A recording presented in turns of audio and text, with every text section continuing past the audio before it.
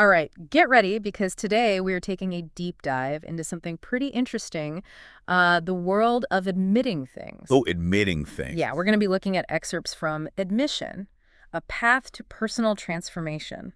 Yeah. And believe it or not, this is a lot more fascinating than it sounds at first glance. I can imagine. So basically, we're going to try to figure out why saying something as simple as, yep, I messed up, can sometimes feel like trying to climb Mount Everest. That's a good analogy. And even more importantly, we're going to discover what incredible things happen when we finally reach the top of that mountain, when we actually admit things. Right, when we overcome that hurdle. Exactly. And I find so interesting about this whole topic of admitting things is that it's often seen as this like weakness, this thing we should be ashamed of. Right. But honestly, admitting things, whether to ourselves or others, it's really the foundation for personal growth and also for healthy relationships. You know what? I have to admit something. Sometimes admitting even the smallest thing can feel like I'm walking the plank. I totally get that. It's like, scary. Yeah. And this book breaks down why admitting things can be so tough into like 6 major hurdles. Okay. One that really jumped out at me was this hurdle of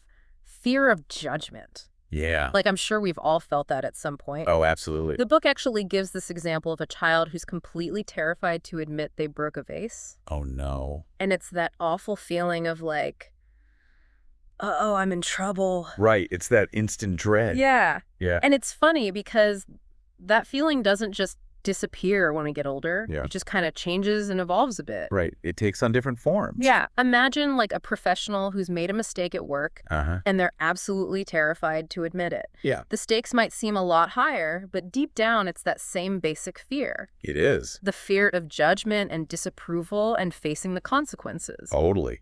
And, I can definitely relate to that feeling of pressure in my own work. Oh, yeah, for sure. And, speaking of things that hold us back from admitting things, let's talk about the ego. Okay, the ego. The book highlights how admitting a mistake can actually feel like a punch to the gut because it challenges our carefully constructed self-image.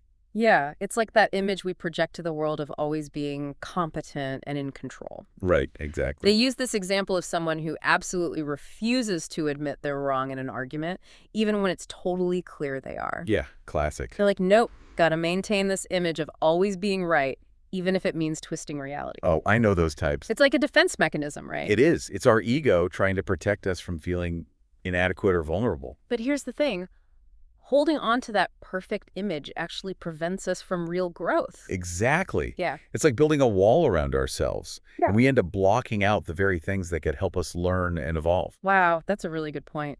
It's like we're choosing this fake image over being authentic, and in the process, we're actually hindering our own growth. It's a self-sabotage cycle.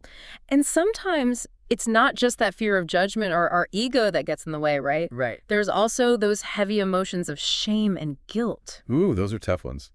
The book points out that admitting something we're really ashamed of can feel like reopening a wound that never fully healed. It can feel so raw. They give the example of someone struggling with addiction who avoids getting help because of that huge shame attached to it. Shame and guilt are so powerful, and they can really trap us. Yeah. They thrive in those dark corners of secrecy and silence, Yeah. making it so hard to admit anything that feeds those feelings. Yeah. It's like this vicious cycle. The shame prevents us from admitting the thing, which then fuels the shame even more. And it's not just our internal struggles that get in the way, right? Right. There's also the whole influence of social conditioning. Oh, yeah, for sure. We're taught from such a young age what's okay to admit and what we should absolutely keep hidden. Like an unspoken rule book. Totally. And the book gives the example of boys being told to man up and hide emotions like fear or sadness. Yeah, and those messages, they stick with us. I mean, I remember even in my childhood being told that boys don't cry. It's so ingrained, isn't it? It's no wonder then that admitting vulnerability, especially for men, can feel like swimming upstream Yeah. against a really strong current. It's exhausting. It is. But here's a thought. What if we stopped seeing those expectations as unbreakable rules Okay. and started seeing them as outdated norms that we can actually challenge? I like that. What if admitting vulnerability was seen as a sign of strength, not weakness? That's a powerful shift in perspective. Right. And it's a shift I think we are starting to see more and more Yeah. as we become more aware of how limiting those old expectations are. we can start creating a new narrative. Okay, a new narrative. I love that. One where vulnerability is valued and embraced. So we've got fear, ego, shame, and the societal pressures all pushing against us. Quite the lineup. But wait, there's actually more. Oh no, really? Yeah, sometimes it's not even about those external or internal pressures. Sometimes it's just plain old lack of self-awareness. Ah, I see. The book actually talks about how we might genuinely not realize we're doing something wrong, or how our actions affect others. Right. It's like driving with a blind spot. You just can't see what's there. The unseen obstacle. Yeah, and they use the example of a young adult who's very impulsive and ends up hurting people's feelings without realizing it. Because they're just not aware of the impact of their actions. Right. Yeah, that makes sense. Without self-awareness, it's practically impossible to admit anything because we don't even see the problem. We're basically flying blind. Exactly. And self-awareness is like this muscle that we have to work on over time. Oh, okay. It takes effort and practice, and often it takes feedback from others to help us see those blind spots. Interesting. But you know what? It's so worth it. Okay, why is that? Because as we develop our self-awareness, our ability to admit things grows right along with it. Oh, okay. We can learn from our mistakes and actually become better versions of ourselves. I like that. But what about those times when admitting something could have really serious consequences? Oh, yeah, the stakes are high. The book talks about how consequences can be a major hurdle. I bet. They give an example of a student who's scared to admit to plagiarism because they might get expelled. Oh, wow. I know I would be freaking out. Yeah, that's a high-pressure situation. Our brains are wired to weigh risks and rewards, right? Absolutely. And when the consequences seem really bad, it's natural to hesitate before admitting anything. Of course. But sometimes not admitting something can be even more damaging in the long run. Yeah, you're right. It's like a double-edged sword. So we've got these 5 big hurdles to admitting things. Okay, let's recap. Fear of judgment. Number 1. Our ego getting in the way. Yep. Shame and guilt. Social conditioning. And lack of self-awareness. Right. But then there's also this fear of consequences, which is kind of a wild card. Yeah, it's tricky. It can either make those other hurdles even bigger or force us to face them head on. It can definitely tip the scales. It's like this complex equation where all these things are influencing each other. A tangled web. But thankfully, the book doesn't leave us hanging on a cliff of despair. Okay, good, because I was getting worried. It actually explores what happens when we do manage to get past these barriers. Okay, that's the part I'm interested in. Yeah, and that's where things get really interesting. Tell me more. So what happens when we push through that fear, the ego, the shame, those societal pressures, and even the potential consequences? Yeah, what's on the other side? What does that actually look like in real life? I'm all ears. Well, the book gives this fascinating example of a workplace situation where a team is having trouble with a project that's behind schedule. Okay, I've been there. Instead of blaming each other and making excuses, each team member actually steps up and admits their role in the delay. Wow, that takes courage. So I'm picturing this scene. Who are these brave souls who are willing to go against the grain? Yeah, tell me about them. Well, there's Sarah, who underestimated how much time she needed to finish her part. Okay, relatable.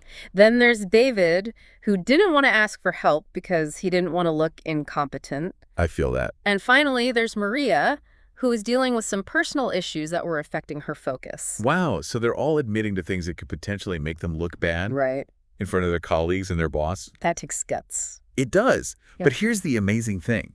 Instead of creating chaos or judgment, this vulnerability actually creates space for honest problem solving.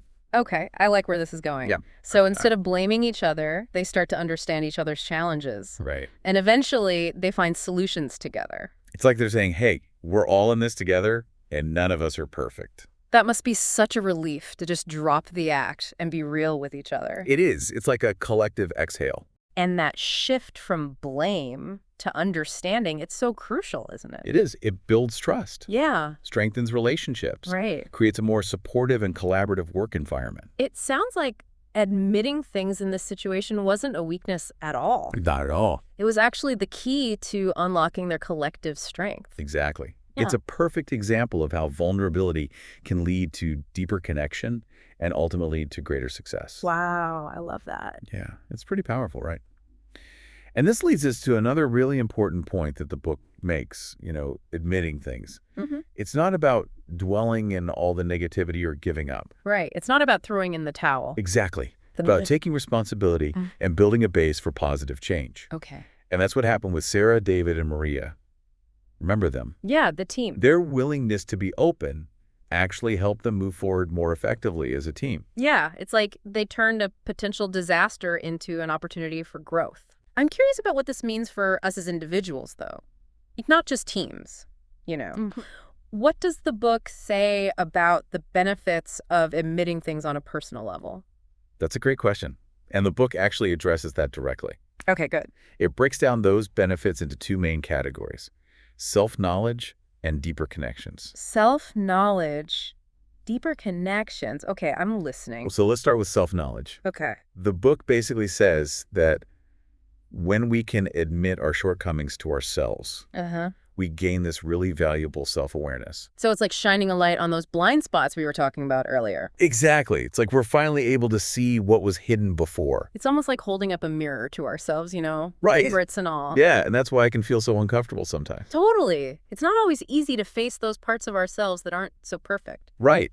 But the book argues that this discomfort is actually a sign of growth. Oh. It means we're moving beyond our comfort zones and challenging those limiting beliefs we might have about ourselves. So instead of beating ourselves up for our mistakes, it's more about acknowledging them as part of who we are. Yeah. And using them as opportunities to learn and grow. Exactly.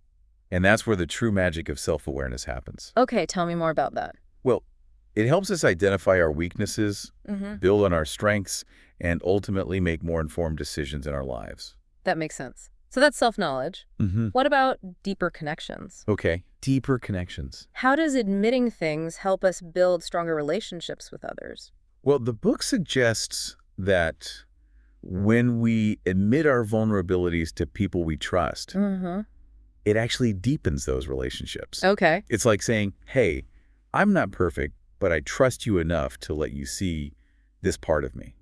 That's such a great way to put it. It's like inviting someone into our inner circle, letting them see the real us, flaws, and all of it. Exactly. And you know what's amazing?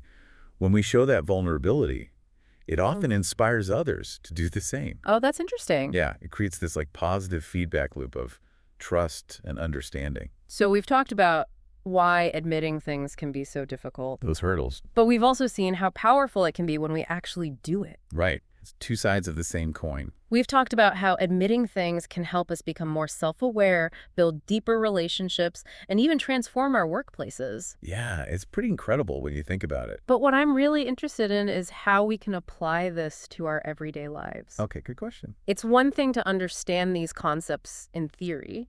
Right. But it's a whole other thing to actually put them into practice. You're absolutely right. It's easy to get caught up in thinking about the what-ifs and should-have-dones. Yeah, totally. But the key is to use those past experiences to make better choices now. So instead of dwelling on regrets, we can use those reflections as stepping stones to become more self-aware and make more conscious decisions going forward. Exactly. Yeah. It's about turning "I wish I had" into "next time I will." I love that. It's like taking control of our narrative. And that's where the real power of admitting things lies. It's not about reaching some endpoint.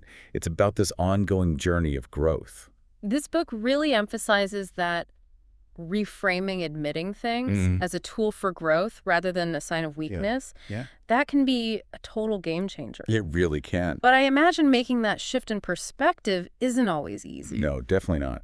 It takes time and effort. Right. It's a process that needs patience, self-compassion, and a willingness to challenge those deeply ingrained beliefs. Those beliefs that tell us that admitting something means we've failed. Exactly. We have to unlearn that old way of thinking. And I guess it doesn't mean we have to admit every single thought or mistake that pops into our heads, right? Right. There's a time and a place for everything. There must be times when it's better to just keep things to ourselves. Absolutely. The book talks about how there are definitely times when admitting things might not be the best approach. So how do we know when it's wise to admit something and when it's better to hold back? It comes down to asking ourselves, what's the most helpful and constructive approach in this specific situation? Oh, okay. Sometimes the most effective way to admit something is to just take action to fix it. Oh, I see. For example, if you accidentally spilled coffee on a coworker's desk, Oops. the best thing to do is probably to clean it up quickly rather than launching into a long explanation about how clumsy you are. Right. Actions speak louder than words. Exactly. In that scenario, cleaning up the mess shows more genuine remorse than 1,000 apologies. So it's not about following a strict set of rules. No, not at all. It's more about developing a nuanced understanding of when, how, and why to admit things. It's about being both authentic and strategic in our approach. I like that. And that understanding is what allows us to use admission as a tool for positive change in our lives and in our relationships with others. Exactly. It's a powerful tool when used wisely. This whole conversation has been so insightful. I'm glad to hear that. It's really changed my perspective on admitting things. In what way? Well, it's not about beating myself up or seeking validation from others. Right. It's about owning my experiences, learning from them, and becoming a more authentic version of myself. In creating space for genuine connection with others, where being vulnerable is seen as a strength, not a weakness. Absolutely. You know, it's like we've been handed this whole new set of tools for dealing with those messy parts of life. A new toolkit. Yeah, and the best part is anyone can use these tools. It's not about having some special skill or personality type. Right, it's accessible to everyone. It's about making a choice to be open and vulnerable as a way to grow. You got it. It's a choice we can make every single day in big ways and small ways. As we wrap up this deep dive into admitting things, I want to leave our listeners with a final thought that really stuck with me from the book. Okay, I'm ready. What if you could go back in time and admit something you held back from saying? What would it be? Ooh, that's a tough one. And what do you think would have been different if you had spoken your truth in that moment? Wow, that's a powerful question. It makes you think about those times when maybe fear or pride stopped us from being honest. Right. And to imagine what could have happened if we had made a different choice. It's like getting a second chance to rewrite the story, not to erase the past, Yeah. but to learn from it Yeah. and create a better future. It's never too late to learn from the past and use those lessons in the present. This journey of self-discovery and growth never really ends. And admitting things is a tool that can help us along the way. Makes you realize that growth is a process. It is. And there's always room for adjustments. Yeah. And sometimes the bravest thing we can do is simply admit that we're not perfect. You're so right. And that we don't have all the answers. It's about embracing our imperfections and seeing our mistakes as opportunities, not as failures. This whole conversation has been so eye-opening. I'm so glad. It's given me a whole new way of looking at admitting things. And I hope it's done the same for our listeners. I hope so. When we shift our thinking and see admitting things as a way to learn and connect rather than something scary or shameful, we can create more fulfilling lives and more authentic relationships. Absolutely. And as we wrap up, I want to leave you with one last thought. Okay. What's one small thing you could admit today to become a more authentic version of yourself? Maybe acknowledge a mistake to a coworker. Yeah. Or tell a loved one what you need. Or even just admit to yourself that you need a break. That's a good one. Even small steps can make a big difference, creating positive change in your life and in the lives of those around you. It's a reminder that we don't have to wait for a big moment to start using the power of admitting things. Nope. We can start right now by choosing honesty over perfection, vulnerability over pretending, and connection over isolation. So beautifully said. Thank you. Go out there and embrace the power of admitting things. Yeah. You might be surprised by how freeing and how much you grow from it. Thanks for joining us on this deep dive into the world of admitting things. It's been a pleasure. Until next time, keep exploring, keep learning, and keep choosing to be your most authentic self. This is DigitView.